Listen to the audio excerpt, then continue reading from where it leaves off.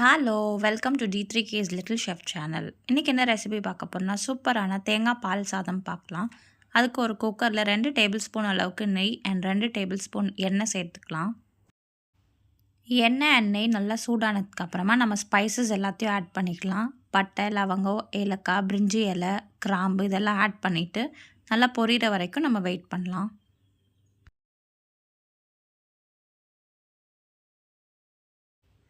Spices எல்லாம் பொரிஞ்சதுக்கப்புறமா நம்ம முந்திரி பருப்பு ஆட் பண்ணிக்கலாம். 10லேருந்து 20 கிராம் அளவுக்கு முந்திரி ஆட் பண்ணி நல்லா ரோஸ்ட் பண்ணி எடுத்துக்கலாம். அதுக்கப்புறமா காரத்துக்கு ஏற்ற மாதிரி 3லேருந்து 4 பச்சை மிளகா நம்ம கீரி ஆட் பண்ணிக்கலாம். இந்த ரெசிபிக்கு பச்சை மிளகாவோட காரம் தான், நம்ம மிளகாத்தூள் எதுவுமே ஆட் பண்ண போகிறதில்ல.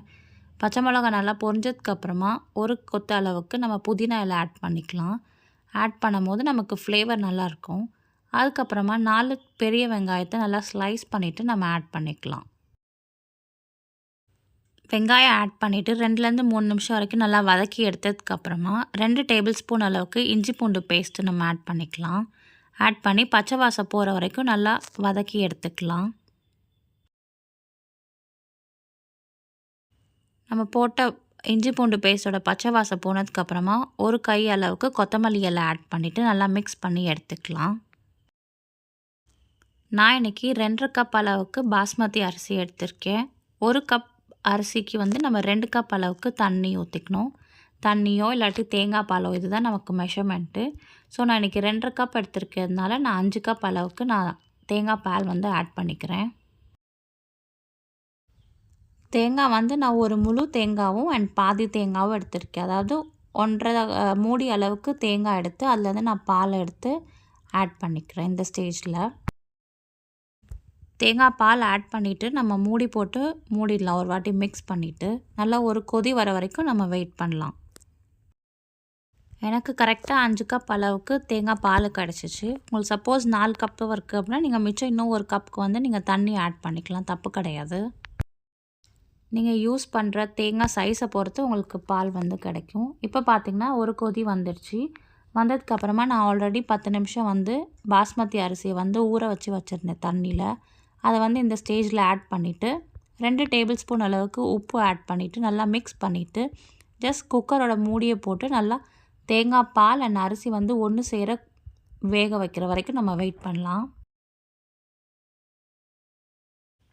ஒரு 2லேருந்து 3 நிமிஷம் பார்த்திங்கன்னா முக்கால்வாசி தேங்காய் பால் அண்ட் அரிசி ஒன்று சேர்ந்துருச்சு. இன்னும் 2 நிமிஷம் நம்ம குக் பண்ணிக்கலாம்.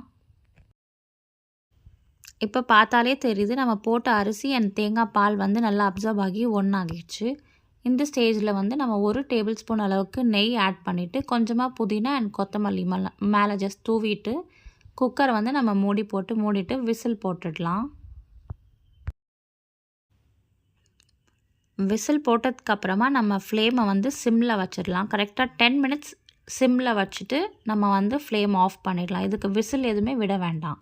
நமக்கு கன்சிஸ்டன்சி கரெக்டாக இருக்கும். சாதமும் நமக்கு குலையாது, நல்லா உதிரி உதிரியாக இருக்கும் அரிசி. எக்ஸாக்டாக 10 மினிட்ஸ் கழித்து நீங்கள் ஸ்டவ் ஆஃப் பண்ணிவிட்டு ஒரு 5 to 10 மினிட்ஸ் ப்ரெஷர் ரிலீஸ் ஆகிற வரைக்கும் வெயிட் பண்ணிவிட்டு நம்ம குக்கரை ஓப்பன் பண்ணும் போது இந்த மாதிரி சாதம் சூப்பராக உதிரி உதிரியாக இருக்கும். அவ்வளோதாங்க, அட்டகாசமான தேங்காய் பால் சாதம் ரெடி. ரொம்ப ஈஸியான ரெசிபி தான். ஜஸ்ட் தேங்காய் பால் நம்ம அரிசியை ஒன்று சேர வேக விட்டு கொதிக்க விட்டு எடுத்ததுக்கப்புறமா குக்கர் போட்டு மூடிட்டு 10 நிமிஷம் நம்ம சிம்மில் வச்சுட்டு ஆஃப் பண்ணிட்டாலே போதும். எந்த விசிலுமே நம்ம விட தேவையில்லை.